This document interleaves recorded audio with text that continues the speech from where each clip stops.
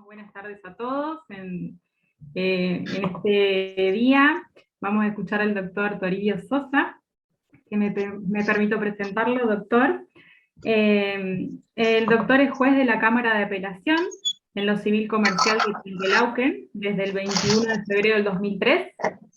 Perdón, a los que recién ingresan, por favor les pedimos que silencien los micrófonos.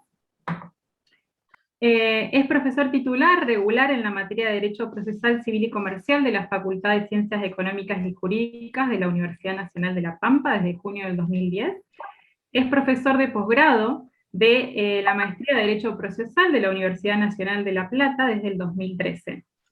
Tiene un currículum realmente muy extenso, ha escrito numerosos libros, me permito mencionar algunos: Subasta Judicial, Editorial Platense de La Plata, Caducidad de Instancia, Reingeniería Procesal, Peritos Judiciales, Notificaciones Procesales, Honorarios de Abogados en el Fuero Civil y Comercial Bonaerense. Luego vamos a poner en el chat el link que el doctor Toribio Sosa tiene de su proyecto que hizo del Código Procesal Civil y Comercial de La Pampa comentado. Vamos a subirlo en el chat para que tengan acceso. Y tiene numerosas publicaciones escritas. En esta oportunidad, el doctor Toribio Sosa ha sido tan amable y gentil de darnos la charla que nos convoca el día de hoy de medidas anticautelares. Así que, bueno, les agradecemos a todos los que están participando. Y bueno, sin más, le doy la palabra al doctor. Les aviso que esta charla va a quedar grabada, que bueno, en breve lo mencionaremos en los grupos.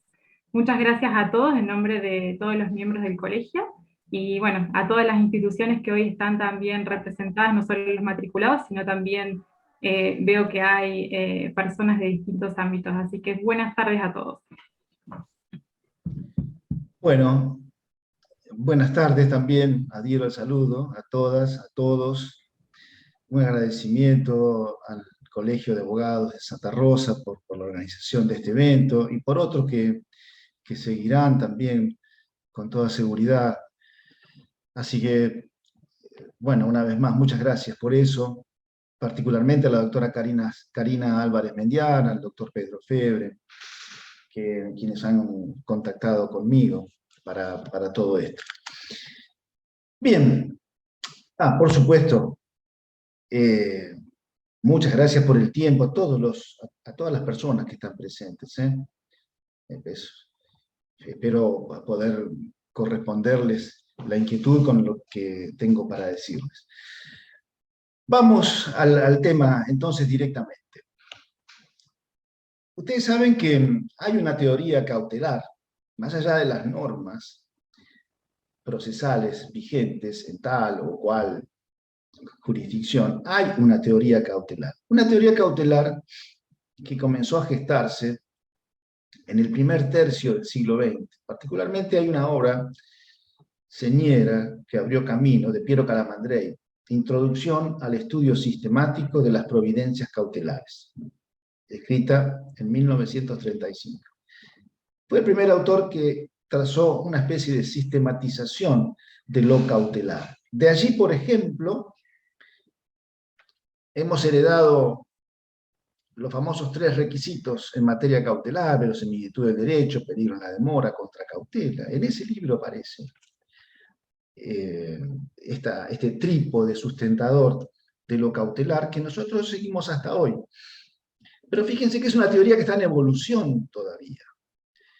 No está cerrada. Han aparecido, y probablemente seguirán apareciendo, nuevos institutos dentro de lo cautelar. Un síntoma de que la teoría no está cerrada es, por ejemplo, la metodología que usan nuestros códigos. Nuestros códigos utilizan prácticamente el casuismo para referirse a las medidas cautelares. El embargo preventivo, ¿cuándo procede? Cuando se dan estos requisitos. Y después también se regula el secuestro, y después la inhibición general de bienes, y después la prohibición de contratar, prohibición de innovar, etcétera, etcétera. Todo casuismo, se regulan medidas. Por allí aparece la tutela cautelar genérica en un artículo que barre de alguna manera, otras hipótesis no tipificadas de medidas cautelares. Pero bueno, estamos todavía, como digo, en una etapa de evolución, y dentro de esa evolución me parece que puede insertarse este tema de hoy, que es el de las medidas anticautelares. Voy a intentarles compartir una pantalla para ir llevándolas.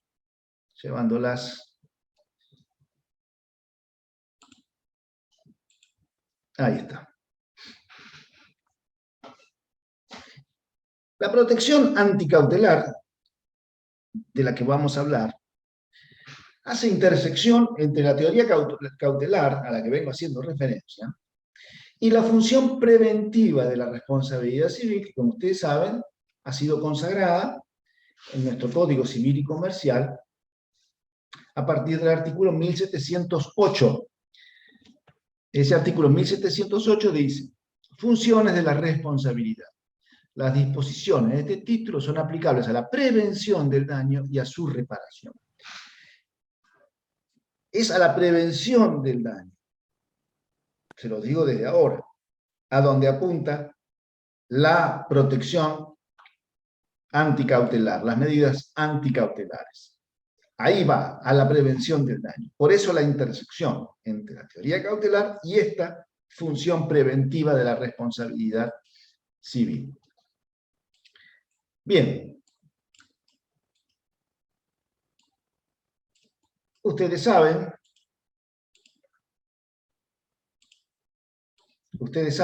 que, estoy intentando prolijar esto, disculpen, no lo voy a lograr, por lo tanto voy a hacer así.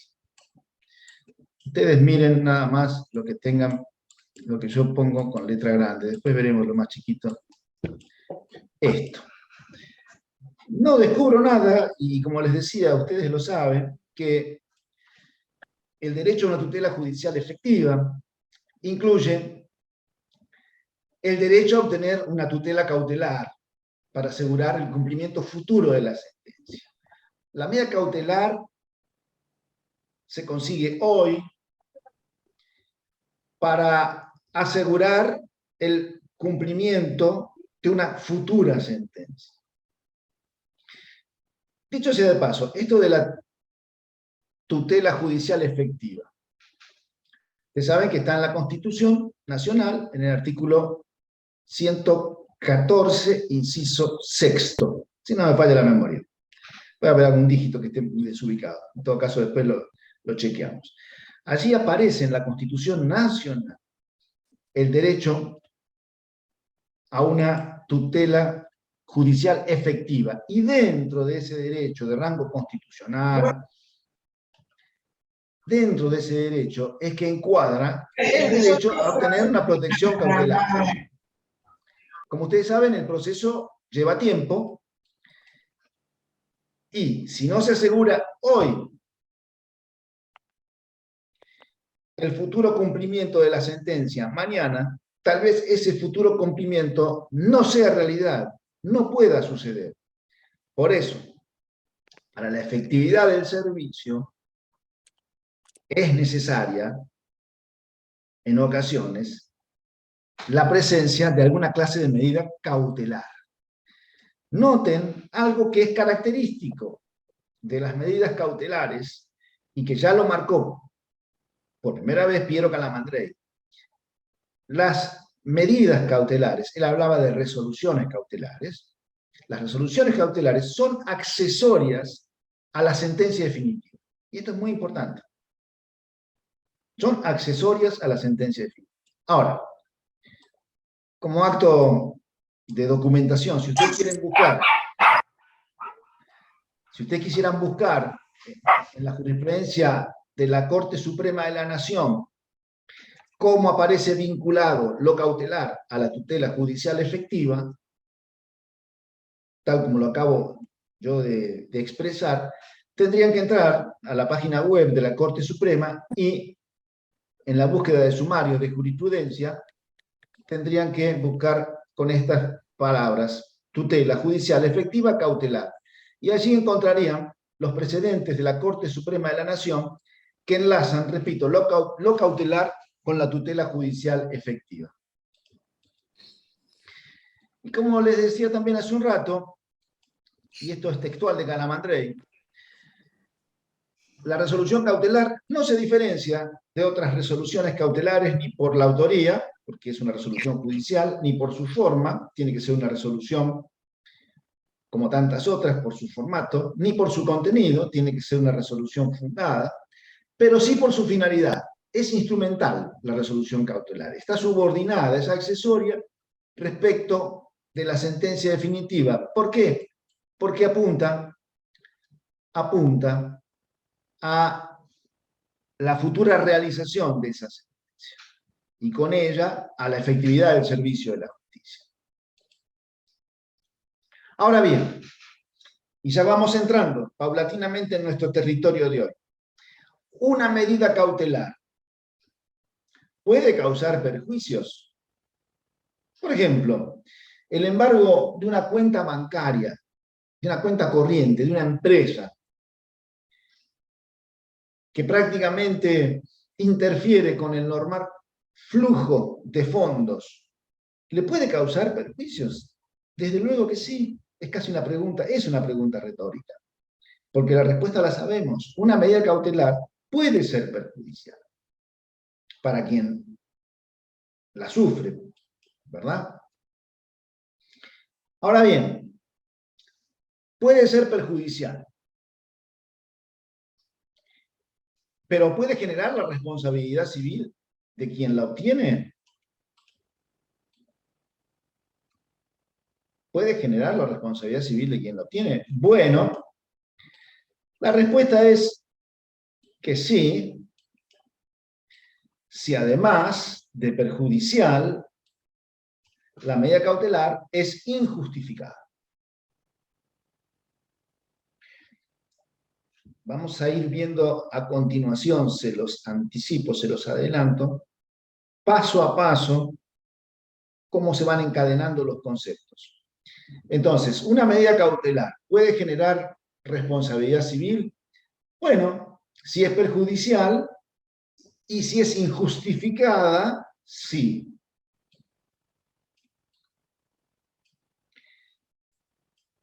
¿Y cuándo es injustificada una medida cautelar?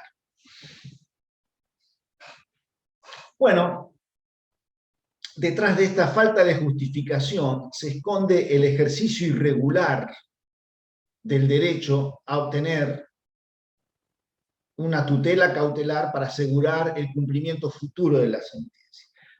Lo no justificado de lo cautelar, lo no justificado de la medida cautelar, resulta de importar un ejercicio irregular del derecho a obtenerla. ¿Existe derecho a obtener una medida cautelar? Ya sabemos que sí. Ahora, si se ejerce irregularmente ese derecho, ya la medida cautelar resultante va a ser injustificada. Y ahora vamos a ver concretamente, porque hasta ahora venimos con rodeos, pero concretamente, ¿cuándo la medida cautelar va a ser injustificada? Va a ser injustificada cuando quien la ha solicitado y obtenido se determina más adelante que ha actuado sin derecho. ¿Sin cuál derecho? Sin el derecho sustancial autoatribuido al iniciar el proceso. No existe, se concluye más tarde, luego de adoptada la medida cautelar, se concluye que el derecho que parecía que existía, el derecho hecho valer en juicio, que parecía que existía, no existe. Entonces ahí descubrimos, a posteriori, descubrimos que la medida cautelar era injustificada. Entonces ya tenemos una variante de medida cautelar injustificada, cuando descubrimos que ha sido requerida y obtenida sin derecho. Pero también puede darse otra hipótesis de medida cautelar injustificada, y es cuando es requerida y obtenida con abuso o exceso.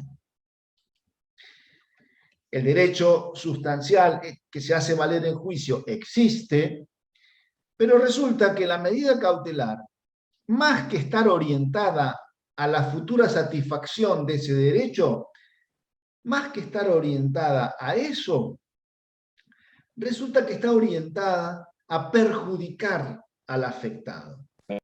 Hay una suerte de subversión de fines, no tanto para el propio beneficio de quien la solicita y la obtiene, entendiendo por beneficio la satisfacción futura del derecho que está haciendo valer en el proceso, no tanto el beneficio de ese derecho, como el perjuicio de la situación jurídica subjetiva del afectado por la medida. Eso sería abusivo. ¿Y cómo sería el exceso? Bueno, una vez más, el derecho sustancial hecho valer en el proceso existe, pero se trata de una medida cautelar, por ejemplo, sobre una cantidad de bienes, para ponerlo gráfico, desmesurada, comparada la cantidad de bienes afectados cautelarmente, comparada con la medida del derecho para cuya protección se han solicitado y se han obtenido las medidas cautelares. Entonces ya ven que la medida cautelar es injustificada cuando es requerida y obtenida sin derecho, sin el derecho sustancial hecho valer en juicio, o con ese derecho, pero con abuso o con exceso. De las dos formas, la medida cautelar es injustificada.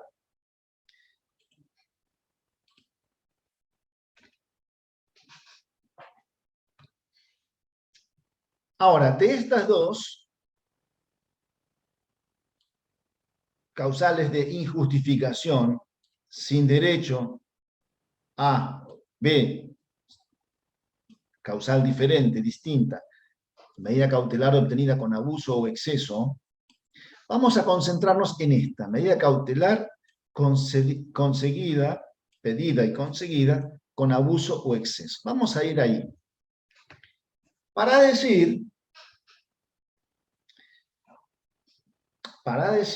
y fíjense que lo interesante es la manera en que aparecen concatenadas las ideas.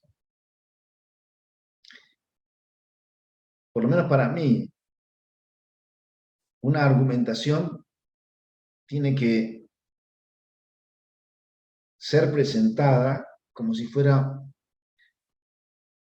una cadena. Tiene que haber un eslabonamiento de ideas. Una tiene que ir llevando a la otra, abriendo el camino, ¿no? Bueno, entonces, continuando con esta cadena que intento armar para exponerles. Una medida cautelar abusiva o excesiva, vamos a decir que es irrazonable. Cuidado con la palabra irrazonabilidad o razonabilidad. Cuidado porque podemos llegar a creer que lo razonable es algo intuitivo, porque más o menos a ojímetro a uno le parece. Yo siempre cuento la misma historia, y quienes me han escuchado se van a aburrir. Matar una mosca con una bomba atómica es razonable. Intuitivamente, por lo absolutamente desproporcionado del ejemplo, tenemos que contestar unánimemente que no es razonable.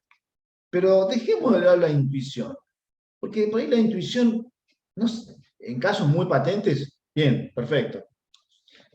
No cabe duda, seguramente va a alcanzar con ella, pero en otros casos alcanzará con ella, o tendremos que razonar. Razonemos. La bomba atómica mata a la mosca, porque nuestro objetivo es matar la mosca, ¿no? ¿La mata? Sí. Primer requisito cumplido. Idoneidad. La bomba atómica es idónea para matar la mosca. No lo sería, qué sé yo, un ventilador, no sé, o piensen ustedes cualquier otro portento tecnológico que es un televisor, mejor que un ventilador, porque hay el ventilador dando vueltas, por ahí la emboca la mosca y sonó. Pero un televisor, no sé cómo podría matar a una mosca, no es idóneo, no es un medio idóneo. Alguien dice, vamos a matar a la mosca con un televisor. No, no es un medio idóneo, no, no, no sirve, no es razonable, porque no sirve, no es idóneo. Pero bueno, la bomba atómica mata a la mosca. Hasta acá, como es idóneo el medio, hasta acá viene siendo razonable.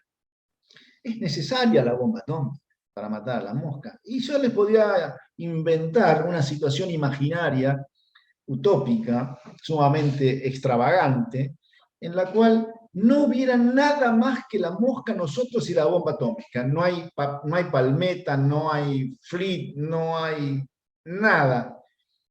Y bueno, además la mosca está fuera de nuestro alcance, está muy arriba, no la podemos alcanzar nosotros.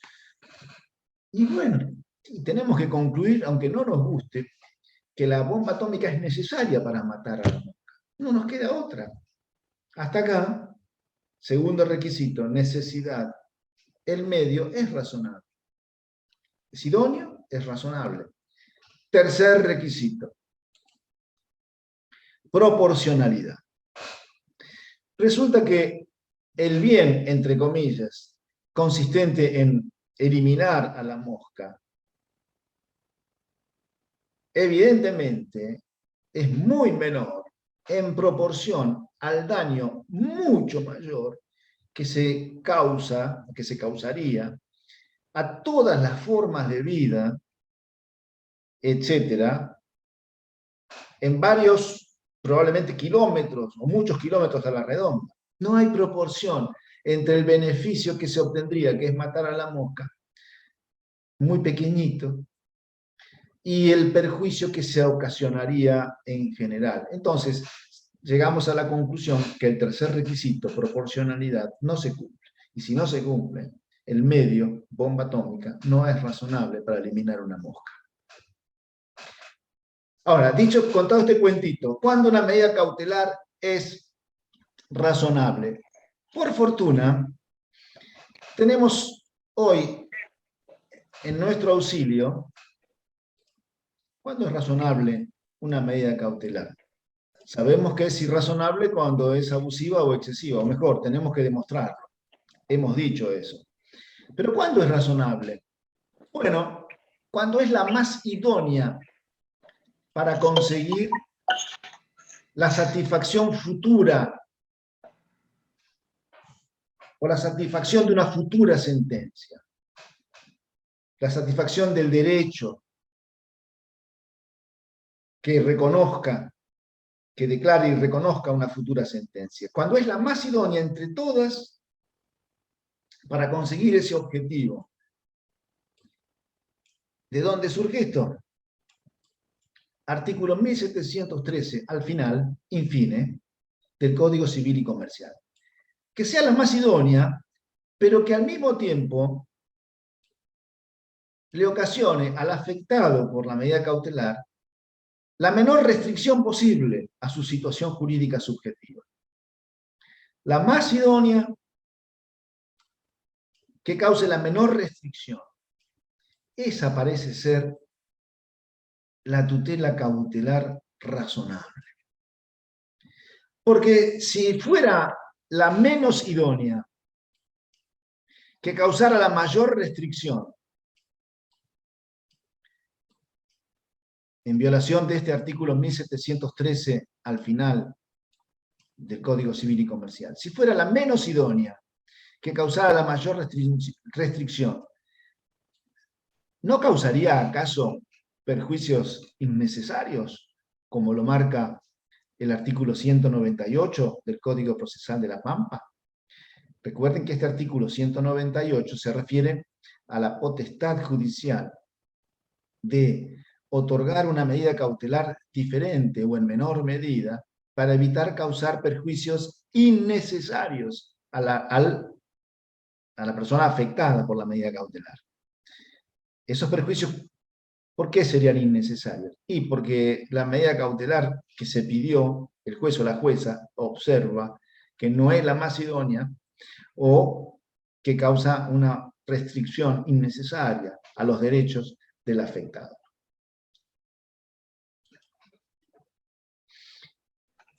Bueno, vamos a ir ya... Doctor, perdón, antes que siga, acá hay una pregunta de uno de los colegas, Sí, que, cómo bueno, no. pueden ir haciendo preguntas en Sí, el por chat supuesto. a Adelante medida que nomás. avance la charla. Se la Sí. leo. ¿El embargo de una cuenta corriente por los honorarios regulados en una sentencia de primera instancia resulta razonable? Pregunta el doctor Ananía. Bueno, lo primero que hay que ver es que estemos hablando de una medida cautelar, del embargo preventivo. Porque si estamos hablando de un embargo ejecutorio, esa puede ser harina de otro costal. Yo no lo dije al principio de la charla, pero debo decirles ahora, porque la situación lo amerita, que en los comienzos, antes de empezada la teoría cautelar, en los comienzos, ¿qué es lo que existía como cosa parecida a lo que hoy conocemos como medidas cautelares? Existía el embargo ejecutorio. Es decir, si ustedes van a la ley 50, que es la primera ley procesal del país, del año 1863, en esa ley 50, ustedes no van a encontrar medidas cautelares.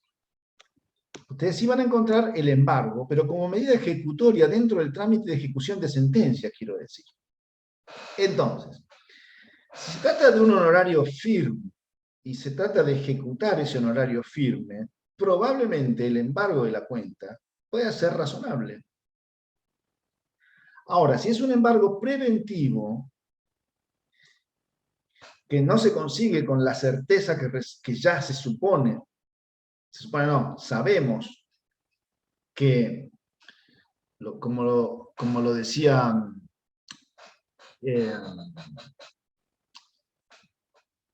se me está escapando el apellido del autor, ya me voy a acordar.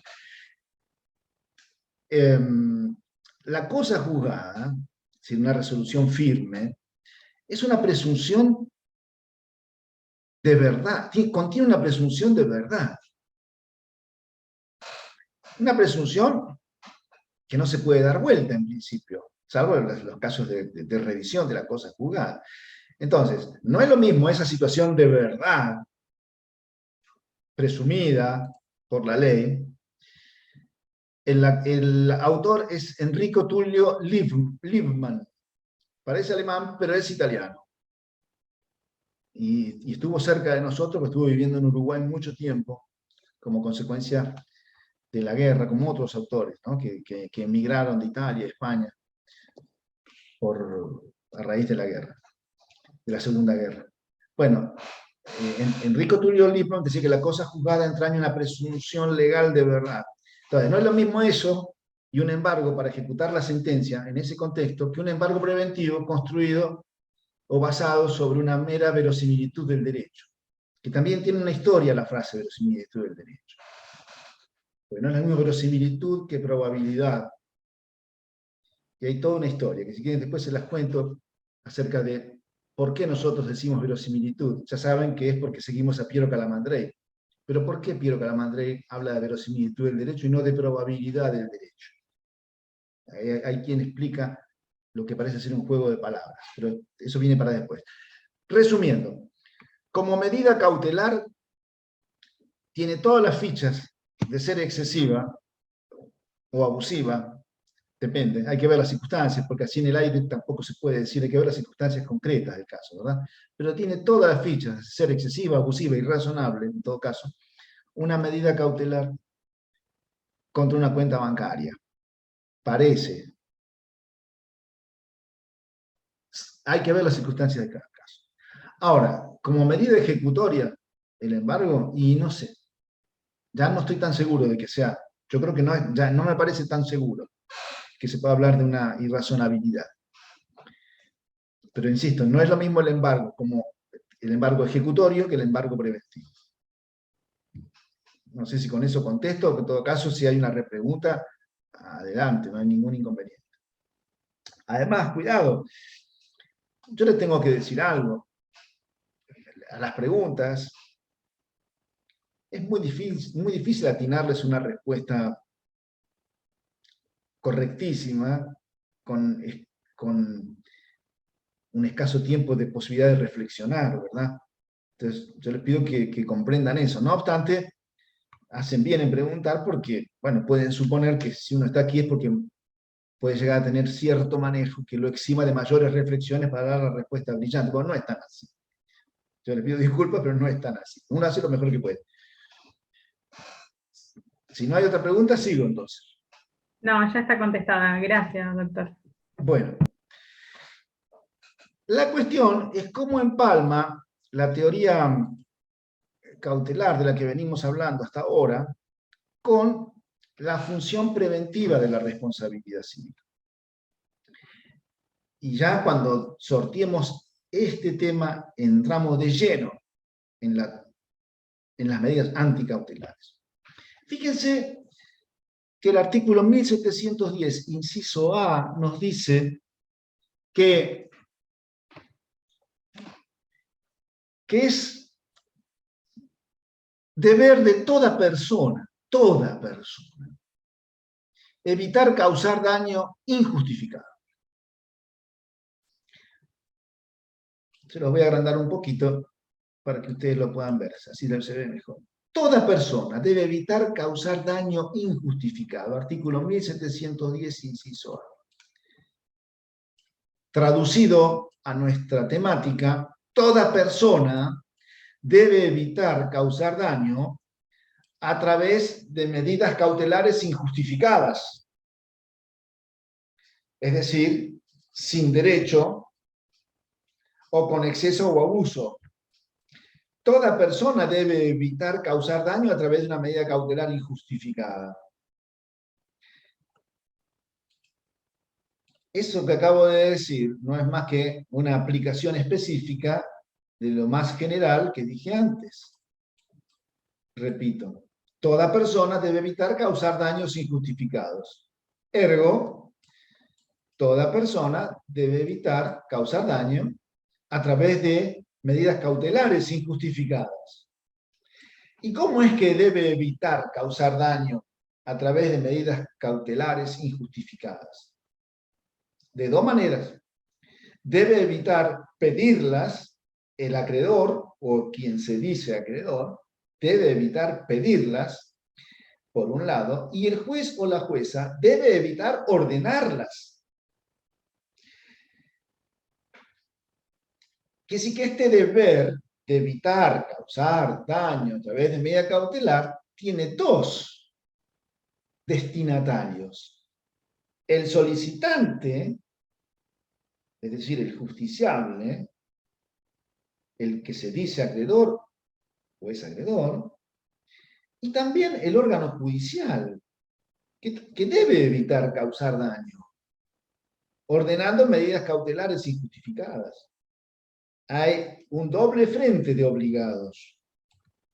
Y como contracara de ese doble frente de obligados, como contracara, si existe un deber de evitar daños como consecuencia de una medida cautelar injustificada, entonces en la otra vereda debe existir el derecho a evitar sufrir un daño como consecuencia de una medida cautelar injustificada.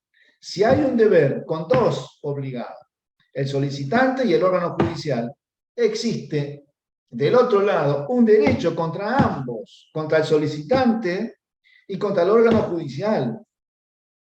¿Derecho a qué? Bueno, a evitar ser víctima de una medida cautelar injustificada.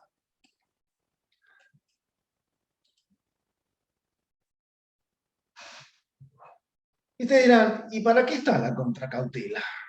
Porque nos han enseñado que la contracautela es la que tiene que proporcionar quien solicita una medida cautelar. Antes de trabar, decimos, la medida cautelar, tiene que prestar contracautela. Y bueno, ¿y cuál es la función de la contracautela? Bueno, si la medida cautelar, en definitiva, se descubre que fue requerida sin derecho, o con abuso, o con exceso, ahí va la contracautela. ¿Para qué? Bueno, para resarcir los daños causados por esa medida cautelar, obtenida sin derecho o con abuso o exceso. Perfecto. Pero ya el daño está causado, ¿eh? No estamos previniendo ningún daño. La contracautela va a servir para facilitar el resarcimiento del daño ya causado por una medida cautelar injustificada. Pero la contracautela no va a prevenir ese daño. La contracautela no va a evitar que la medida cautelar, el embargo de la cuenta bancaria, para seguir con la misma línea, ya está trabado el embargo y están producidos los perjuicios. La contracautela, en todo caso, podrá servir para enjugar, para enfrentar el resarcimiento de los daños, pero de ninguna manera para evitar los daños. La contracautela entra a jugar a posteriori de los daños. La tutela anticautelar de la que yo les estoy queriendo hablar sirve para prevenir los daños, no para resarcirlos. Dicho sea de paso, la contracautela no es aquello, no es todo con lo que el responsable tiene que responder. La contracautela lo que hace es facilitarle al afectado por la medida cautelar, si la medida cautelar se descubre que fue injustificada y perjudicial, le va a facilitar ir a la búsqueda de bienes para encontrar un resarcimiento. Pero la responsabilidad del responsable, de la persona que ha conseguido una medida cautelar perjudicial e injustificada, no se limita a la contracautela, responde con todo su patrimonio. El responsable cautelar responde con todo su patrimonio. Y la contracautela, bueno, la contracautela es para facilitarle al afectado por la medida cautelar injustificada y perjudicial, facilitarle comenzar o ir en pos de un resarcimiento, pero no se restringe la responsabilidad a la contracautela.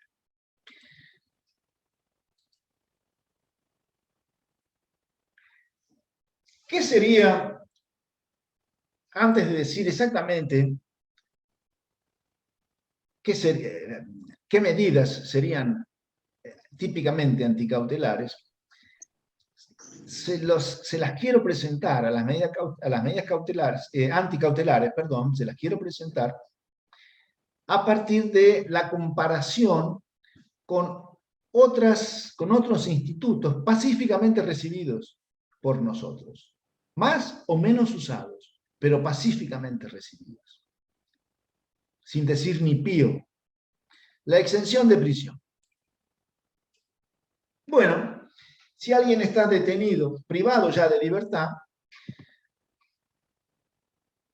a través de una excarcelación, puede conseguir recuperarla durante el proceso de libertad.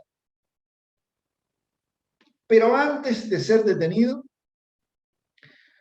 la persona que tema que será detenido, que será detenida, puede anticiparse a la detención y a la consecuente necesidad de plantear una excarcelación.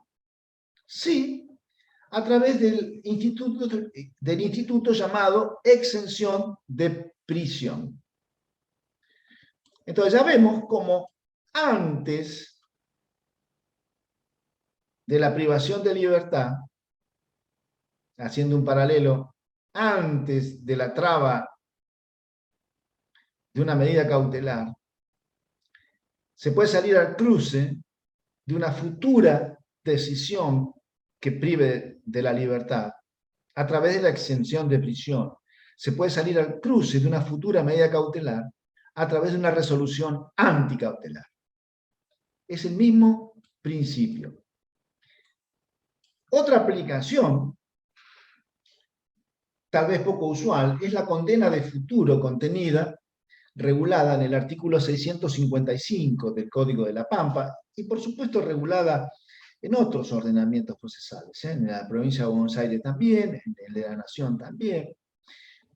Está prevista la condena de futuro, también llamada demanda y condena anticipadas, está prevista para los contratos de locación de inmuebles,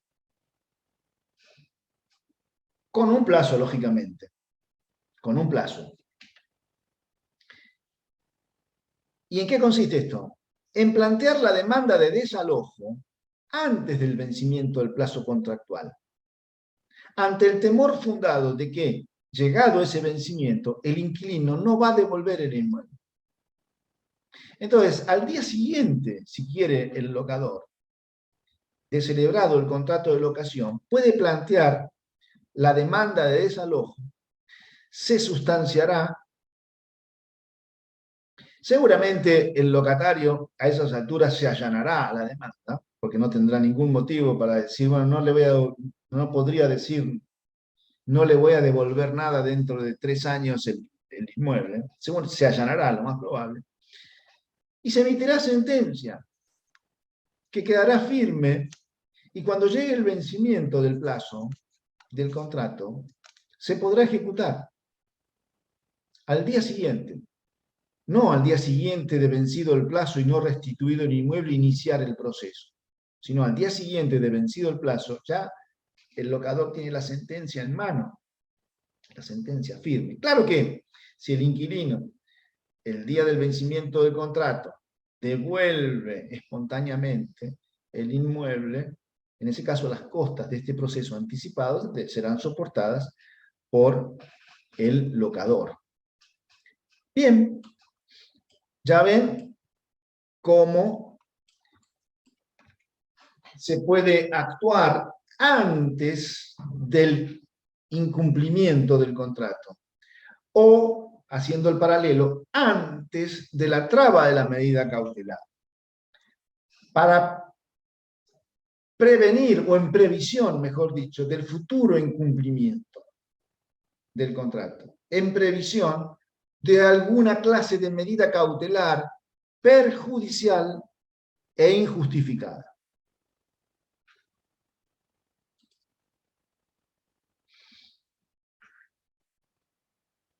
¿Qué sería la resolución anticautelar, la medida anticautelar? Podríamos decir que es una prohibición de innovar cautelarmente, es decir, una variante dentro de la prohibición de innovar. Ya veremos algunos ejemplos, pero no se puede innovar así o asá cautelarmente. Pero hay algo que les quiero decir que me parece más revelador, que es este concepto raro de variogénesis cautelar. ¿Qué es esto? A veces pasa que algunas ideas de las ciencias duras, de las ciencias exactas, pueden encontrar alguna clase de paralelo o referencia en nuestras ciencias sociales, particularmente en las ciencias jurídicas. He encontrado varios paralelos entre los dos mundos, digamos, científicos. Pero aquí encontré uno. Fíjense que hablamos de lo cautelar y anticautelar. Yendo a la física, existe un dualismo entre la materia y la antimateria. La antimateria es materia, pero con carga eléctrica contraria. Por ejemplo, un electrón que tiene carga eléctrica negativa en la materia, en la antimateria tiene carga eléctrica positiva. Y lo mismo con cada una de las partículas componentes del átomo. Ahora, ¿qué pasa cuando la materia y la antimateria se juntan? Se produce un estallido de energía. Y a ese fenómeno se lo llama variogénesis. ¿Qué tiene que ver con esto con lo cautelar y lo anticautelar? Es que cuando se junta lo cautelar y lo anticautelar, se produce cierto estallido de energía que produce los siguientes efectos, 2 efectos. El primer efecto es que una vez que tiene vida lo anticautelar, el patrimonio de quien ha obtenido la medida anticautelar. Mamá, ¿dónde fue? Amadeo, ¿me haces un favorcito? Se están escuchando voces, por eso interrumpo. Pero bueno, sigo. Cuando tiene vida lo anticautelar, lo que está sucediendo es que la persona que obtuvo la medida anticautelar es como que queda inmunizada contra alguna clase de medida cautelar patógena. Es decir, se produce una suerte de blindaje contra tales o cuales medidas cautelares. Esto por el lado de quien la peticionó y la obtuvo. Y por el lado de quien la tiene que sufrir,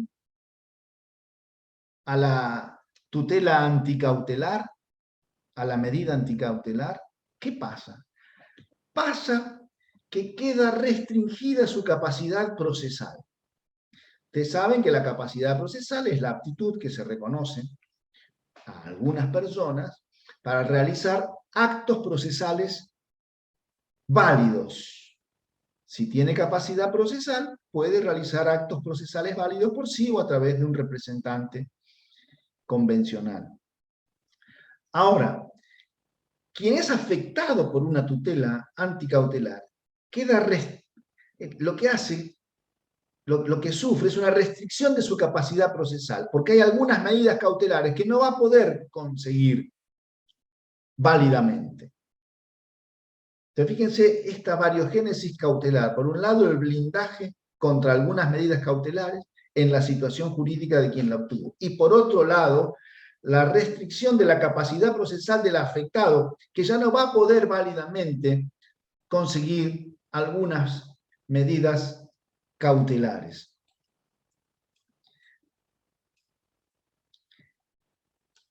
¿Y por qué? Y esto es un tema de discusión hoy por hoy en la doctrina. ¿Por qué? Particularmente yo creo que lo anticautelar es cautelar. Porque en función de lo que vengo diciendo, y para usar una metáfora, si tengo 10 manzanas y les resto 4, no sé qué, 4, y me quedan 6 manzanas, ¿qué son las 4 que resté? Manzanas. Lo anticautelar tiene la misma naturaleza cautelar, solo que con una carga, haciendo el paralelo con la antimateria, digamos, una carga energética negativa que resta. Si la medida anticautelar es accesoria de la sentencia definitiva, lo dijimos de entrada, y si la medida anticautelar le resta a la medida cautelar, a las medidas cautelares, en alguna forma también las medidas anticautelares terminan siendo accesorias a la sentencia definitiva, al reducir el espacio de lo cautelar. Vamos a los ejemplos y con esto yo ya voy cerrando esta corta exposición. Algunos ejemplos. Por caso, ejemplos de medidas anticautelares. Que no se pueda trabar ninguna medida cautelar sobre algún bien. Ustedes imaginen carta documento a una persona que es taxista, que tiene o no tiene otros bienes, pero tiene su taxi. Y no quiere, pero sospecha que sí, no quiere que quien le envió la carta de documento y que parece que está dispuesto a hacerle un juicio, no quiere que le embargue el taxi, eventualmente que le secuestre el taxi. Porque dirán, bueno, está bien, pero si lo hace sin derecho, estará la contracautela y será responsable. Sí, pero mientras tanto tiene que trabajar el hombre con su taxi. No quiere correr el riesgo de que se lo embarguen y se lo secuestren sin derecho o con exceso o con abuso. Quiere evitar arrancar de raíz esa posibilidad. El taxi, como herramienta de trabajo, puede ser considerado un bien inembargable. Artículo 144 del Código Civil y Comercial, artículo 211 del Código Procesal Civil y Comercial de La Pampa. Entonces, una medida anticautelar posible ante el temor fundado de una próxima medida cautelar sobre algún bien inembargable es presentarse y requerir, mire, en nuestro ejemplo, según esta carta de documento, yo temo que me embarguen el taxi. El taxi es inembargable. Solicito desde ya que no se pueda, que este señor o esta señora que me va a demandar, aparentemente, que no me pueda embargar el taxi. Ninguna, ni embargar ni ninguna otra medida cautelar sobre el taxi. Otro ejemplo. Bueno, aquí estaríamos hablando, no sé si se alcanza a ver, estaríamos hablando de un levantamiento, en lo que acabo de decir, ¿no? Un levantamiento anticipado, algo así como una exhibición de prisión, ¿no? Un levantamiento anticipado de la cautelar sobre un bien inembargable. Porque, ¿qué sería lo otro? Insisto. Bueno, que se trabe la medida cautelar sobre el bien inembargable. Que se trabe la medida cautelar. Y después, trabajosamente, el propietario del bien inembargable bregar a posteriori por el levantamiento de esta medida cautelar sobre el bien inembargable. Bueno, ¿y por qué no el levantamiento anticipado a través de una medida o resolución anticautelar? Otra posibilidad es que no se trabe ninguna cautelar sobre algún bien, pero sí alguna cautelar sobre otro bien. ¿Cómo sería esto? Bueno, trabajemos con la manera tradicional de ver las cosas, con el a posteriori. Se traba un embargo sobre un bien, pero la persona afectada por el embargo ofrece en sustitución otro bien que le es menos gravoso. Entonces, si esto puede suceder a posteriori, por aplicación del artículo 196, párrafo segundo del Código Procesal de La Pampa, ¿por qué no podría también funcionar a priori? Es decir, si me va a embargar un bien, señor juez, señora jueza, pues que no sea este. Acá yo le ofrezco otros. Ante el futuro embargo que me veo venir, yo hago una sustitución anticipada, que no me embargue tal o cual bien, la cuenta bancaria, embárgueme tal o cual otro, un inmueble, en la medida que resulte idóneo, y en ese caso me causa la restricción menor posible. Recuerden, artículo 1713 al final del Código Civil y Comercial de la Nación. Entonces, que algún bien, la cuenta bancaria, no sea afectado, pero sí que sea afectado otro bien que yo, como temeroso, como peticionante de la medida anticautelar, ofrezco. Otra variante es el hecho que, se basa en el hecho que alguien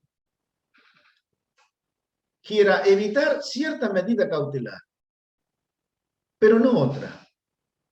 Ejemplo, alguien quiere evitar una inhibición general de bienes, pero no un embargo.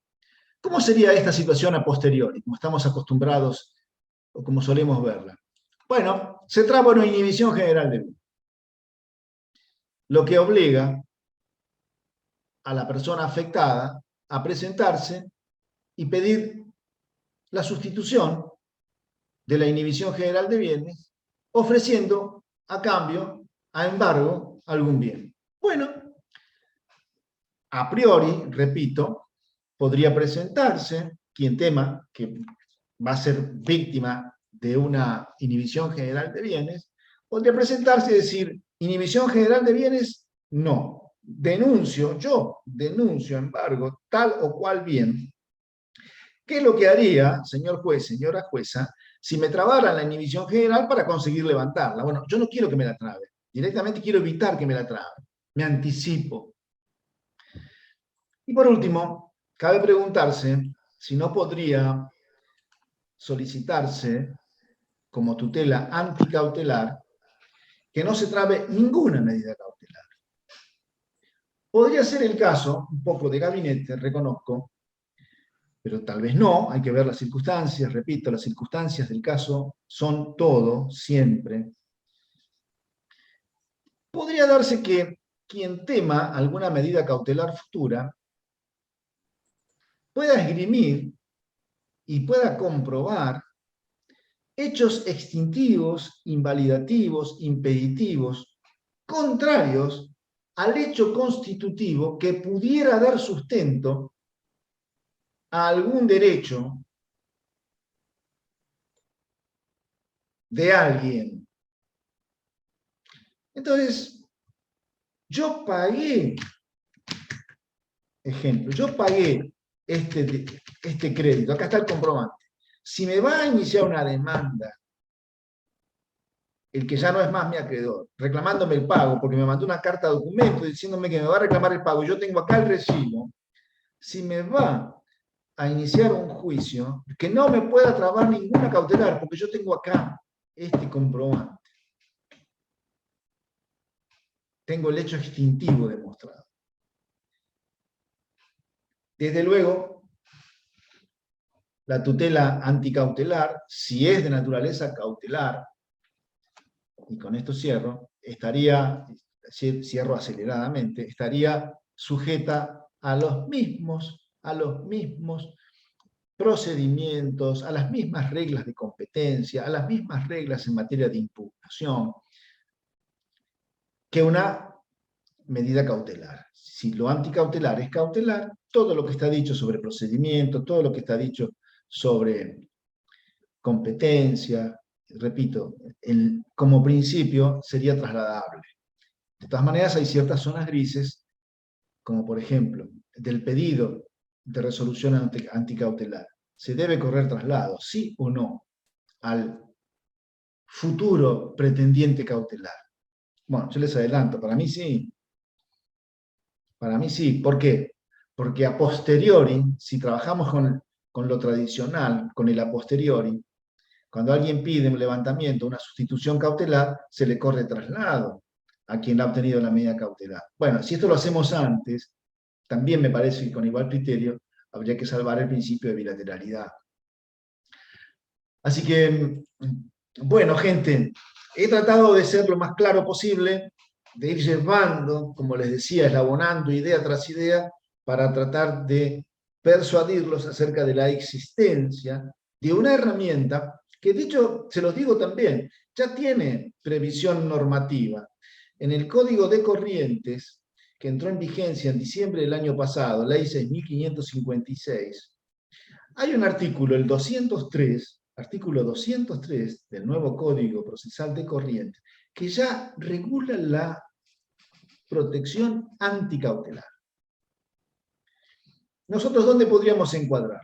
Bueno, entre las medidas cautelares genéricas, sí es cierto que lo anticautelar no es más que lo cautelar, pero con una carga negativa, digamos. Bueno, les agradezco la atención y quedo a disposición de sus consultas. Lo último que digo, que este tema se va a discutir en el próximo Congreso de Derecho Procesal, con toda seguridad. Con toda seguridad va a ser tema, el próximo Congreso va a ser en Mendoza, los días 1, 2, 1, 2 y 3 de septiembre próximo. Buenísimo. Perdón el atrevimiento, ¿es presencial o virtual el Congreso? Es presencial. Presencial. Va a ser presencial. Bien, Sí. bien.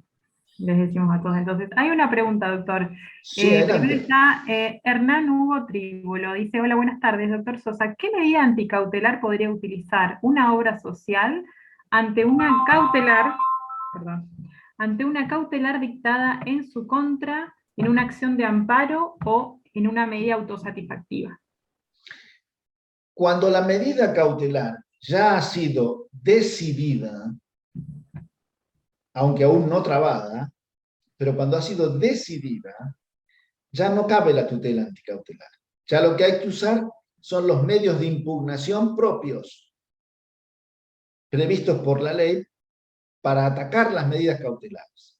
Llámese recurso, llámese incidente. Como ustedes lo saben, el recurso servirá para que el órgano judicial revisor analice la situación a la luz de los mismos elementos de juicio considerados por el órgano judicial que dispuso la medida cautelar. Ahora, ¿qué? Si quien quiere impugnar la medida cautelar quiere incorporar nuevos elementos, nuevos hechos, pruebas, va a tener que plantear un incidente necesariamente. Me explico mejor. Supongamos el recurso de apelación contra una medida cautelar. Se concede en relación. Y cuando se concede en relación un recurso de apelación, no se pueden agregar hechos nuevos, no se puede producir prueba en segunda instancia. Con lo cual, inexorablemente, la Cámara va a tener que revisar, bueno, inexorablemente no, tendrá medidas, puede adoptar medidas para mejor proveer, etc. Pero la regla, digamos, sería que la Cámara debería resolver si la medida cautelar fue bien o mal decidida sobre la base de los mismos elementos de juicio que tuvo a la vista el órgano judicial que le dio vida, ¿no? Que la creó a la medida cautelar. Es decir, si ya la medida cautelar está decidida, incluso antes de trabada, no hablemos de medida anticautelar. La medida anticautelar tiene oportunidad antes de la decisión cautelar. Muy bien. El doctor Macedo estaba primero levantando la mano. Doctor, si quiere habilitar el micrófono. Hola, buenas tardes, doctor Toribio Sosa. ¿Qué Quería tal, hacer, doctor? bien, por suerte, dos preguntitas muy distintas, pero que tienen que ver con el tema. La primera es, uno de los marcos que nos planteó es que sea otra cautelar.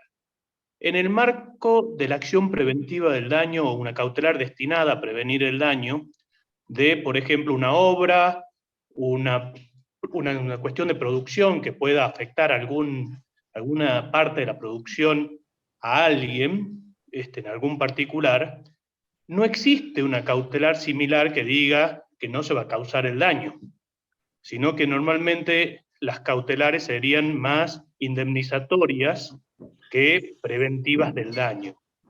La pregunta sería si es factible esa sustitución frente a una situación de envergadura del impacto de una cautelar que frene la producción de soja en toda la Pampa, por ejemplo. Y la otra pregunta, para no interrumpirlo luego, es el efecto de esa medida anticautelar dispuesta por un juez con relación y la comunicación a los otros jueces, dado que en un mismo fuero puede haber distintos jueces, cómo conocen, primer concepto, y si no, cómo surte el efecto de limitar la función jurisdiccional de otro juez.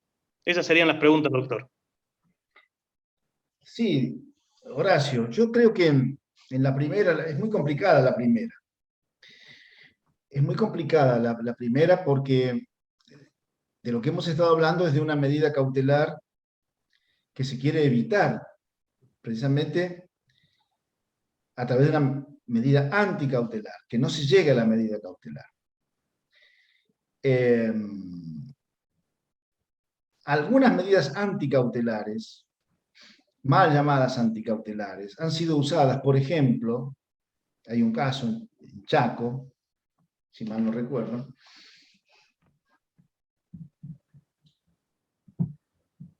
hecha por planteada por el propio gobierno, la medida anticautelar, para evitar que entidades ecologistas consigan medidas cautelares a los fines de interferir con las leyes sobre forestación y deforestación emitidas por el propio Estado. Es decir, el Estado diseña un programa para forestar y deforestar. Hay entidades ecológicas que no están de acuerdo. El Estado se ve venir medidas cautelares que frenen este plan de forestación y desforestación. Entonces se presenta y obtiene de un juez una medida anticautelar para frenar eventuales cautelares pedidas por entidades ecológicas y para evitar que con una medida, bueno, con esas medidas cautelares se detenga el plan de forestación y deforestación. Bueno, lo que se vio en ese caso, y no sé si estoy más o menos respondiendo, me parece que no, pero bueno, ya que estoy, sigo. Lo que se vio en ese caso es que el propio Estado, que crea las normas, no importa que sea un plan de deforestación cualquiera, resulta que acude a la justicia para blindar esas normas de manera que ningún particular pueda atacarlas. Flaco favor al sistema republicano, porque estamos, en ese caso, sobre pretexto de una medida anticautelar, lo que estamos haciendo es, bueno, todas las normas estatales están blindadas, no hay medidas cautelares posibles contra las normas estatales. Fenómeno. Entonces todos los particulares estaríamos a merced del Estado, ¿no? Porque si sus normas quedan blindadas, porque consigue una medida anticautelar contra eventuales medidas cautelares pedidas por particulares, contra esas normas, eso no se puede. Eso, digamos, sería un exceso anticautelar, que también puede haberlo. También puede haberlo. Y la otra pregunta, ¿cuál era, Horacio? Que ya me olvidé, me fui por la rama. Está bien. La idea de la pregunta inicial era respecto de entre particulares. Un edificio que se lo frene en su construcción porque tengo miedo de que me afecte en propiedad. Era más en una relación particular, pero el ejemplo es muy sano, que tiene que ver con el exceso. La otra pregunta era la comunicación a otros jueces que pueden dictar. Sí. Y cómo funciona y si no inhibe la función jurisdiccional de pares. No, porque por esto que yo les decía de la variogénesis cautelar, el efecto de lo anticautelar no es avanzar la jurisdicción de un juez o jueza sobre la jurisdicción de otro juez o jueza. No, simplemente es la persona afectada por la anticautelar ve mermada su capacidad procesal. Si acude ante otro órgano judicial a sabiendas de que ya existe una tutela anticautelar que le restringe su capacidad procesal, está actuando ilícitamente, no hay nada que hacer contra eso. Eso ya, ¿qué es lo que tiene que hacer la persona afectada por la medida anticautelar? Impugnarla. Pero no ignorarla y acudir a otro juez para impulsar en paralelo una medida cautelar. Porque estaría actuando de mala fe. Inadmisiblemente. De manera que no hay invasión de la competencia de un juez por sobre la otra. Es más, ya hay antecedentes, no exactamente con medidas anticautelares, pero sí, por ejemplo, recuerdo un caso, competencia originaria de la Corte Suprema, un caso contra una provincia, planteada por quien era demandado en la Corte. Alguien demanda a una provincia. Pero ese demandante en la provincia era demandado por la provincia. Era un juicio de apremio. Un juicio de apremio en el que muy pocas defensas caben y ya estaba en trámite de ejecución de sentencia. Y en la causa iniciada, competencia originaria de la Corte Suprema de la Nación, el apremiado demandante ante la Corte obtuvo una prohibición de innovar en la ejecución de sentencia. Y la Corte dejó claro, mire, esto no afecta la competencia del otro órgano judicial. Lo que está afectando es la posibilidad de continuar la ejecución.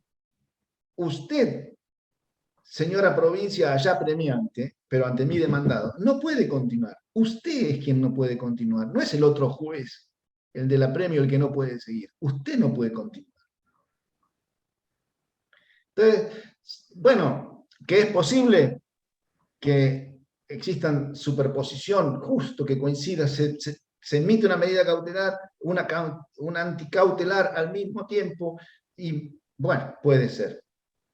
Ahí habría que hilar muy fino para ver qué es lo que está antes. Supongamos que la anticautelar se decide y se notifica un segundo antes de que se resuelva la medida cautelar.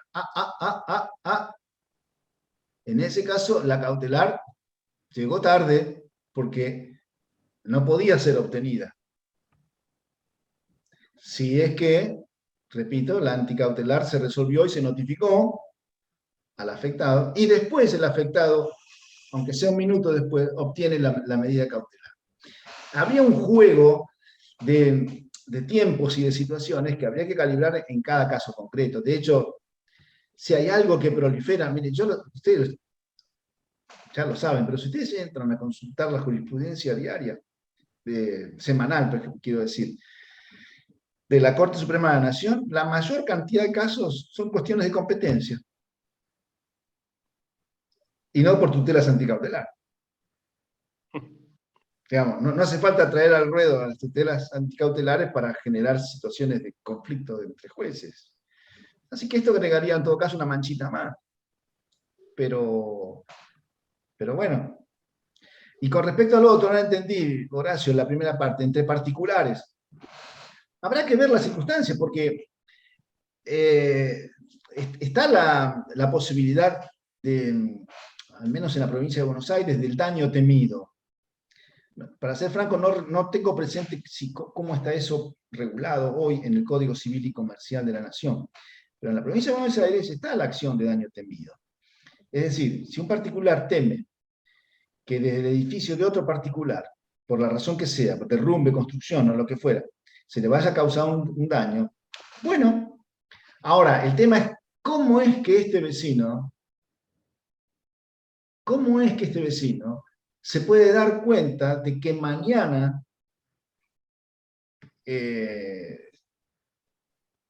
va a empezar la construcción y que, bueno, no sé, habría que ver cómo vienen las circunstancias, pero una anticautelar sería, ¿cómo sería? Que me dejen construir. A ver, si entiendo bien, que me dejen construir. No quiero que me planteen una medida cautelar que me impida construir, sería algo así. Sería que el vecino le mande una carta documento diciéndole que teme por el riesgo, que con los conceptos generales, entonces que plantee que no le frenen la obra. Obviamente, lo que me resulta difícil es cuál es la anticautelar que ofrece. O sea, la anticautelar, en mi opinión, lo que genera es que ofrezcamos una autocautelación. Es decir, que yo no es que digo no me hagan solamente, sino que tengo que ofrecer cuál va a ser la medida. Ahora, esa medida que yo voy a ofrecer nunca puede ser la de prevenir la obra, es decir, suspender la obra para prevenir el daño. A ese sentido iba, porque creo que ahí es donde un conflicto van a tener los letrados que están en el ejercicio de la profesión para ver qué sustituto utilizar como medida de esa, y nosotros para resolver, bueno, yo al igual que usted ocupo la función judicial, por eso es que lo planteo de esa forma. Es complicado, Horacio, porque si ya está construida la obra, por ejemplo, y es ruinosa para ¿el vecino puede conseguir que se destruya? Digamos, el a posteriori también es complicado. El a priori, el a posteriori, pero todo depende de las circunstancias, ¿no? Cómo se estén hilvanando las cosas.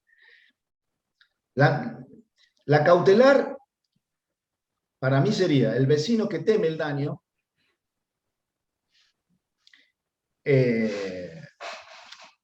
o que ya está siendo dañado, que cree que está siendo dañado, quiere que no se innove. El constructor, que se da cuenta de que se le viene encima esta medida cautelar, plantea una anticautelar para que el vecino no pueda plantear la prohibición de innovar. Es una madeja un poco que habría que ver las circunstancias, porque habría que ver quién tiene razón en definitiva. Qué sé yo, tal vez la obra se deba hacer, pero con ciertos recaudos, como para... Y ciertos recaudos que es mejor conseguirlos tal vez a partir de cierto espacio de negociación que se abra con este entramado de cautelares y anticautelares. Un espacio de diálogo que antes no existía. Antes el constructor iba y hacía la obra como quería, ¿no? Le hago una apreciación en eso y dejo porque hay muchos otros colegas que tienen el mismo interés. Entonces, la audiencia preliminar que usted pregona o prejudicial sería un buen momento para acordar las cautelares. Seguramente, es más, probablemente después de este juego de anticautelares y cautelares, es que se abra el espacio de diálogo para coordinar lo necesario a fin de que se haga o se dé satisfacción a todos los intereses. En el caso sería la construcción con ciertos recaudos, la construcción indemnizando tal cosa o tal otra, la construcción, eventualmente la opción extrema podría ser la no construcción. Bueno, habría que ver. Hay un famoso teorema de Coase que habla sobre los beneficios del juego de beneficios y perjuicios. Una vieja historia entre un médico y un panadero. El médico estaba feliz, tenía ingresos por 100 pesos mensuales, pero de golpe empieza a funcionar una panadería en las proximidades, que le va muy bien, gana 100 pesos también el panadero. Pero claro, por los olores, etcétera, la clientela del médico bajó. Y le bajó por ahí a 50. Entonces, ¿qué hizo el médico? Una demanda para que cierre el panadero. Pero si el panadero se va, resulta que en otro barrio las ganancias, por diferentes razones, no van a ser de 100, van a ser de 50, las de él. Con lo cual, tenemos un problema de el médico que bajó de 100 a 50, quiere subir a 100 otra vez. Y el panadero que estaba con 100, si prospera la demanda del médico, resulta que tiene que mudarse y el panadero va a ver disminuidas sus ganancias a 50. Entonces, Coase explica cómo se puede llegar a una solución intermedia en la que todos salgan ganando. De alguna manera, todos salgan ganando en la sumatoria general, en lugar de sacrificar una postura por la otra. Pero esta negociación a la que aspira Coase, ¿cómo se hace? ¿De la nada? ¿O cuando ya se produjo cierto escarceo, cierta esgrima? Probablemente todo esto cautelar, anticautelar, repito, abra el espacio para el diálogo necesario para la negociación. Muchas gracias, doctor. Gracias, Horacio. Muy bien. Otro que tiene levantado la mano el doctor Rodríguez. Si quiere habilitar el micrófono, doctor. Sí, gracias. Hola, Toribio. Bueno, excelente la exposición tuya, clara, sobre este tema. Gracias. Nada, yo porque me hace ruido, en el sentido de decir, están devaluadas los requisitos para una medida cautelar, ¿no? Un poco también tal vez devaluados bueno, yo lo hablo del ámbito de la justicia, un poco devaluado por nosotros, a lo mejor, es decir, en cuanto al requisito de la provisionalidad, de la verosimilitud del derecho, fundamentalmente del peligro en la demora que tenían las medidas cautelares, ante por ahí un cúmulo de medidas cautelares que se han dictado en la justicia que no cumplían estos requisitos, se produce esto de la medida anticautelar, ¿no? Ese es el ruido que un poco a mí me hace el instituto, digamos, que no pueda ser usado, entre comillas, ¿no?, por ciertos deudores, por ejemplo, que digan, bueno, voy a tratar de zafar y meter medidas anticautelares para evitar un pago o para distraer los bienes, que era el objeto principal de la medida cautelar. ¿Cómo ves esa reflexión? Eso es lo que te quería un poco preguntar, más que una pregunta, es una reflexión sobre el tema, que está suficientemente claro todo lo que has dicho. Así que era eso nada más. Muchas gracias. Gracias, Fabián, por tu pregunta. Yo creo que las herramientas pueden ser utilizadas de muchas formas, de buenas formas, de malas formas. Y lo mismo que con lo anticautelar pasa en todo caso o puede pasar, o ha pasado, mejor dicho, con lo cautelar. Creo que las circunstancias son todo. Hay ejemplos que pueden ser más claros. El del taxista, que se ve venir un juicio y no quiere, se diría en la calle, por lo menos se decía en mi adolescencia, no quiere Lola, digamos, que no me toquen el taxi, que hagan lo que quieran con los demás bienes que tengo o que no tengo. Pero el taxi es inembargable porque es mi herramienta de trabajo. Eso parece una situación clara. Ahora, que alguien quiera, como en el caso que yo les contaba de una provincia que quiso blindar su propio ordenamiento jurídico para que los particulares no pudieran cuestionar ese ordenamiento jurídico o un segmento de él, pues eso es otra cosa, eso atenta ya, sería una especie de atentado contra la forma republicana, ¿no? El Poder Judicial avalando a otro poder y blindando la producción normativa, en lugar de dejar que los particulares, bueno, a partir de las normas estatales, hagan los planteos que estimen corresponder. Creo que se puede abusar tranquilamente, pero creo que puede ser en situaciones excepcionales o en situaciones no excepcionales, pero que tengan los requisitos bien cumplidos, puede ser una herramienta útil para evitar perjuicios innecesarios dentro de esta intersección entre lo cautelar y la función preventiva de la responsabilidad civil. Actuando con toda la prudencia que corresponde actuar nosotros a la hora de decidir. Pero, de hecho, tiene seriedad el instituto, al punto que hay una provincia, al menos Corrientes, que lo ha incorporado en su artículo 203. Yo calculo que las objeciones de lo anticautelar también tienen que haber sido adoptadas contra lo cautelar en algún momento.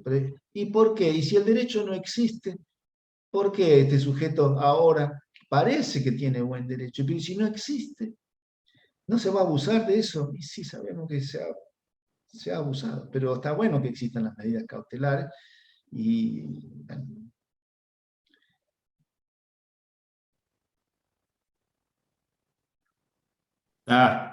Correcto, está respondida la inquietud. Gracias, Toribio, bien. No, gracias a vos, Fabián. Doctor, hay un par de preguntitas más. Bueno, el doctor Ubaldo Aguilera pregunta, ¿las anticautelares deben ser pedidas siempre con anterioridad? ¿No podría ubicarse a una anticautelar con la sustitución del bien embargado? Es decir, después de haberse trabado el embargo, ¿o siempre no, tiene que ser previa para ser anticautelar? Para ser más preciso, tiene que ser previo a la resolución cautelar, como les decía. Muy bien. O les digo ahora, mejor dicho, si ya está la resolución cautelar, trabada o no, pero vamos a suponer que esté trabada la medida cautelar, efectivizada la resolución cautelar, lo que tiene no es una medida cautelar para atacar eso, sino que son los recursos y los incidentes de sustitución, levantamiento. La medida anticautelar sirve antes de que se resuelva. La medida anticautelar antes de que se resuelva la medida cautelar, digamos. ¿Cómo sería el itinerario? Se pide la medida cautelar, se resuelve la medida cautelar, se traba la medida cautelar. Ese sería el itinerario. Bueno, en ese itinerario, lo anticautelar tiene que llegar antes de la resolución cautelar, porque después no tiene sentido. Y repito, lo que tiene sentido es utilizar los recursos o los incidentes. Quedó clarísimo, doctor. Y una consulta mía, una pregunta más que nada. El caso que nombró de Chaco, en el que el Estado hizo un blindaje a la normativa, creo que provincial, mencionó. Ese caso que era ante sujetos indeterminados, ante entidades... Sí, porque había habido publicaciones periodísticas, había habido cierto revuelo, y entonces el Estado se vio venir la posibilidad de medidas cautelares y fue ante sujetos indeterminados. Mire, si les interesa, con todo gusto les comparto ese caso. Incluso yo escribí algo sobre eso, que todavía no salió publicado, va a salir publicado por Rubinsal Cursoni, no sé, próximamente. Ahí desarrollo, con la mayor brevedad posible, desarrollo mis objeciones a ese tipo de... Que no fui solo yo, hubo otras personas también escribieron sobre esto, criticando a la actividad del Estado, ¿no? Tendiente a blindar su propio ordenamiento jurídico. Y además, perdón, al ser ante sujetos indeterminados, ¿no sería como, bueno, mencionaron un límite a las funciones jurisdiccionales de los jueces? Porque sería contra cualquier resolución judicial que intente ponerle fin o coto a esta legislación. Y capaz Y que en ese también, caso sí, yo que leí claro. un artículo sobre esto, que también decía, bueno, ahí también está el tema de la ley de las leyes de protección del ambiente. O sea, que hay algo supremo a esta medida anticautelar. Y al no tener una contra, digo, no tiene tampoco una posibilidad de apelar, impugnar, no hay contraparte. Sí, la ley del medio ambiente totalmente impedía este tipo de resolución. Totalmente impedía este tipo de resolución. Es uno de los argumentos en contra de este tipo de resolución. Pero lo que usted plantea, doctora, es muy cierto, porque si son sujetos indeterminados, ya no podemos hablar de la restricción de la capacidad procesal de todos. Ya nos estamos metiendo, nos guste o no nos guste, con la competencia de otros órganos judiciales, a partir de la indeterminación de los peticionantes. Es cierto. Y ahí se ve el exceso, ¿no? El exceso en lo anticautelar, que no fue anticautelar en realidad. Yo le voy a mandar después, doctora, si usted quiere, porque para serle franco no tengo muy presente todos los argumentos, pero cuando en su momento me ocupé de eso, traté de ser más minucioso que lo que puedo hacer ahora. Bueno, muchas gracias, doctor, sí. Lo espero. Y a ver, después creo que hay otra pregunta. Entonces, la anticautelar, esto era mucho tiempo antes, pero era una pregunta que estaba ya en el chat del doctor Abel Argüello. Dice, entonces, ¿la anticautelar se resolvería inaudita parte? No. Ah, justo está levantando la mano el doctor. No, yo creo que no. Si quiere... Yo creo que no, porque funcionaría la anticautelar como una sustitución o levantamiento anticipados de medidas cautelares. Y si la sustitución y el levantamiento no anticipados, los tradicionales, se resuelven con sustanciación, a mí me parece que es prudente, si uno traza un paralelo entre lo que pasa a posteriori y a priori, sustanciarlo con el futuro peticionante de la cautelar.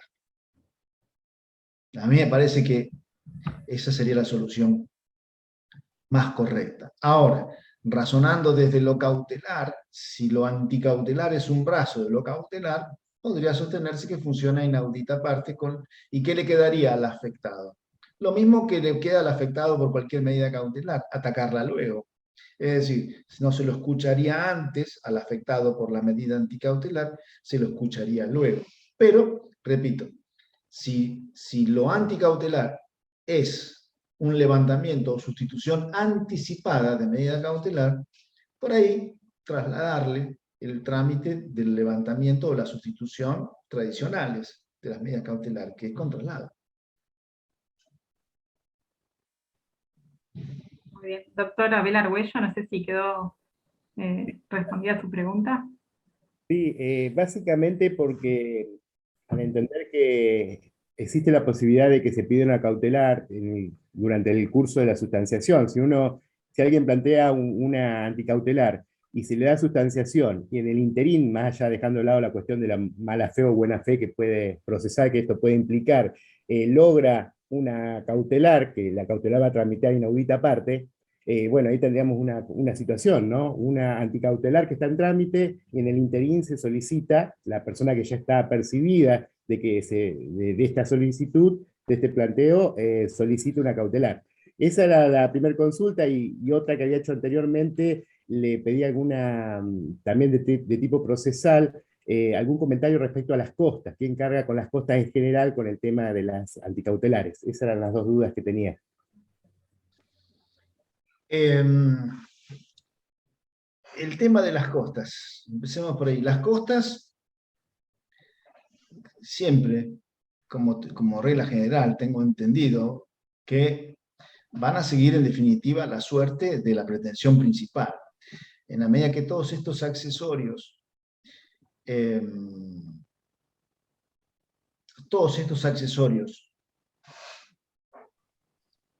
deban seguir la suerte de lo principal, por lo menos la idea general sería que las costas las va a tener que pagar el que pierda en la acción principal, ¿no? Sin perjuicio de las incidencias que se pueden plantear. En ese caso la incidencia, si se cuestiona a través de un incidente una medida anticautelar, así como una medida cautelar, bueno, las costas de ese incidente particularmente tienen su vida propia, digamos. ¿Y la primera cuál era? Ando mal, hoy ando mal. No, en relación al trámite, si se le da suspensión y en el interín se pide... Claro. Bueno, es como todo, ¿no? Existe el principio de buena fe procesal y existe el deber del órgano jurisdiccional de prevenir y sancionar la violación de este principio de buena fe, probidad, lealtad procesal. Por supuesto, alguien a quien se notifica el traslado de un pedido anticautelar, ni lerdo ni perezoso puede salir corriendo a trabar la medida cautelar. Sí, seguro, está bien, pero eso lo va a hacer de mala fe. Y eso le puede llegar a traer consecuencias. Probablemente el levantamiento de la cautelar, si prospera la anticautelar, probablemente, y probablemente una sanción, porque no actuó bien, a sabiendas de que había otro lugar donde se estaba jugando un partido pertinente. Se fue a otra cancha, pero no se fue inadvertidamente, se fue a propósito, para primerear, para conseguir una ventaja indebida. Y ese comportamiento, a lo sumo puede haber una cuestión de competencia entre los jueces, pero ha prevenido por ese itinerario, el que previno fue el de la medida anticautelar. Entonces, también por ese lado se resolvería la competencia a favor del juez que está interviniendo en la anticautelar, que es el que tendrá que decir que sí o que no a la anticautelar, con la chance de ser impugnada, etcétera, etcétera, etcétera. Pero el otro juez, que no previno, bueno, por ahí en la ignorancia de la existencia del otro trámite, resuelve lo que resuelva. El que no lo ignoraba era el peticionante de la anticautelar a quien se le había notificado el traslado del pedido anticautelar. Ese, como todo, digamos, como planteaba el doctor, o yo le respondía, bueno, la pregunta del doctor Rodríguez, la herramienta puede prestarse para cualquier cosa, como casi toda herramienta. Es cierto, con una pluma difícilmente vayamos a causar grandes daños. Con un martillo sí, pero el martillo no está hecho para causar daños a la gente, a las cosas, a los animales, está hecho para clavar clavo. Ahora, ¿lo podemos usar mal? Sí. Pero eso no habla del martillo, habla de quien lo usa, ¿no? Muy bien. Doctora Peña está levantando la mano, ¿quiere habilitar el micrófono? Sí, buenas tardes, doctor. Muchas gracias por su exposición, excelente. Gracias, doctora. Le quería hacer una consulta y a lo mejor va un poco direccionada a un rubro en particular. Yo soy abogada litigante del foro acá de La Pampa y de la provincia de Córdoba también tengo matrícula. Y hace muchos años que soy apoderada de una empresa de medicina prepaga, situación por la cual la mayoría de las veces en las cuales llegan amparos de salud o demandas relacionadas con el tema salud, ya viene la demanda acompañada con una medida cautelar. Con lo cual veo un poco improbable que se pueda plantear una medida anticautelar previamente, porque en realidad sigue el curso, como usted lo explicó, digamos, procesalmente, de impugnar esa cautelar con los tiempos procesales de rigor, ¿no? Pero mi pregunta, más allá de ese tema puntual, es esta. Uno, si como posible demandado a futuro advierte que tiene una cautelar que se le viene, entonces se adelanta en el juego y se presenta incidente y se presenta solicitando una medida anticautelar o manifestando el cumplimiento y las las distintas situaciones como que podrían dar lugar a un cumplimiento efectivo, ¿no? Para evitar un daño mayor.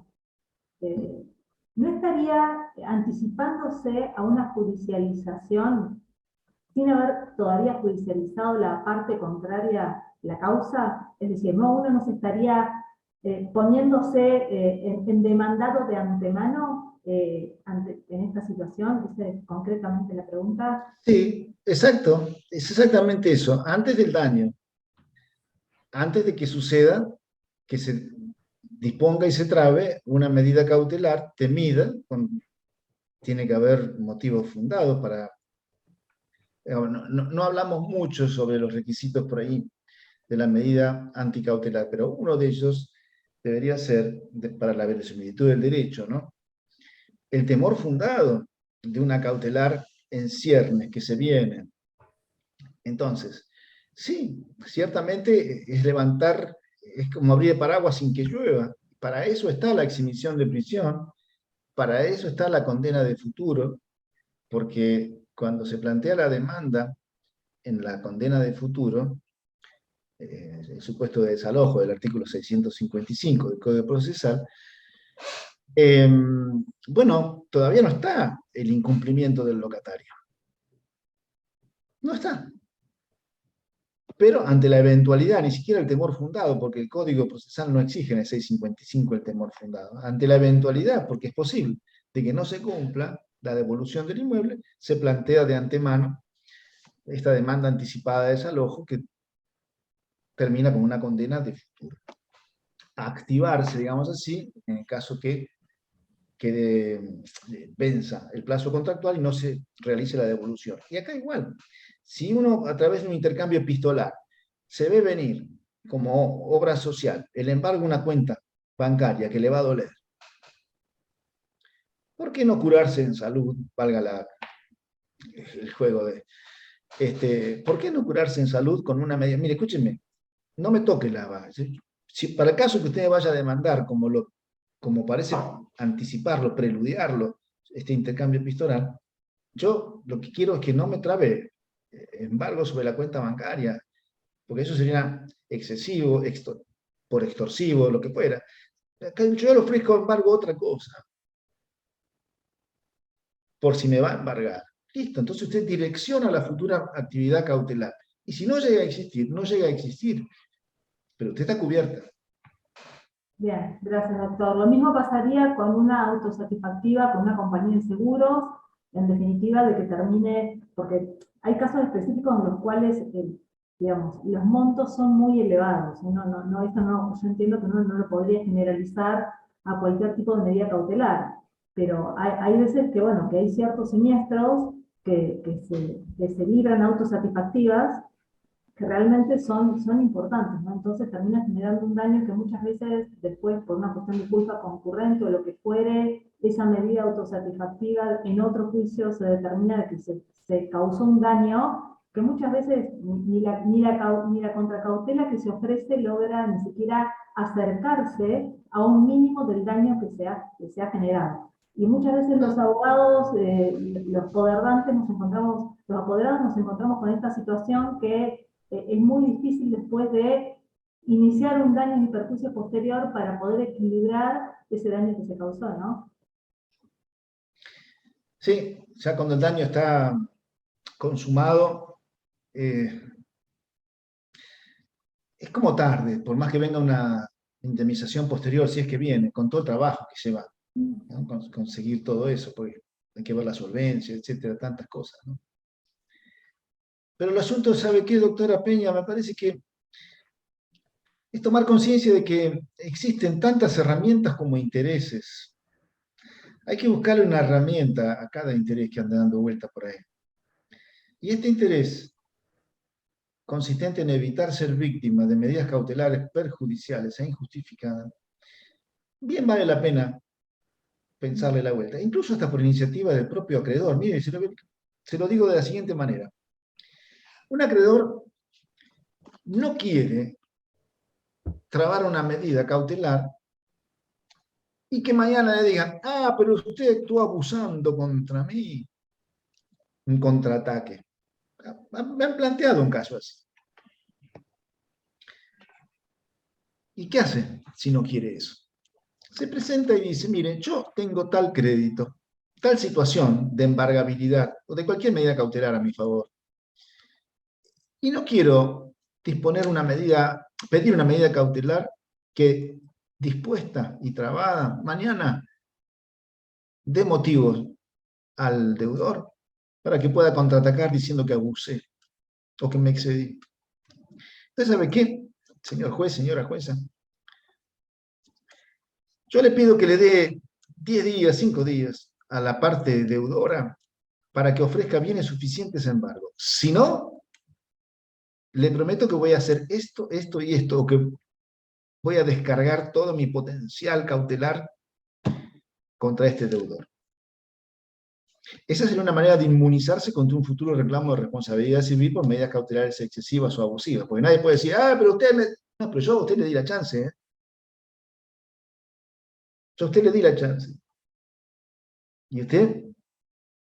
Me ignoró. Entonces no se queje de que yo le trabe embargo sobre la cuenta bancaria, no se queje. No se queje. Sería, digamos, un antídoto contra las anticautelares, por iniciativa de la parte acreedora. Perfecto, gracias, doctor. Bueno, doctor Toribio Sosa, lo liberamos, muchas gracias. Gracias por su exposición, excelente, brillante. La verdad que es un tema súper atrapante y bueno, y súper novedoso también. Bueno, gracias de parte de todos los matriculados de acá de La Pampa, de parte de todos los que participaron también, y bueno, esperemos volver a tenerlo, obviamente, en charlas posteriores. De más está decirle a todos los que participaron, muchísimas gracias por estar, por disponer de sus horas, y bueno, y aviso parroquial, vamos a estar brindando una nueva charla en base a estos 60 años del colegio, que son el origen de estas charlas, el día 31 de mayo, que va a ser el secretario letrado de la Corte Suprema de Justicia de la Nación, el doctor Damián Font, quien va a estar a cargo de la charla de recurso extraordinario entre la Corte Suprema de Justicia. Así que esperamos contar con todos o con la mayoría de ustedes. Muchas gracias a todos, gracias doctor Toribio Sosa, muchísimas gracias de verdad. Ha sido brillante. Gracias a ustedes. No, no es para tanto, no, doctora, no, pero bueno, gracias, muchas gracias, muy amable. Gracias. Gracias a todos. Hasta luego.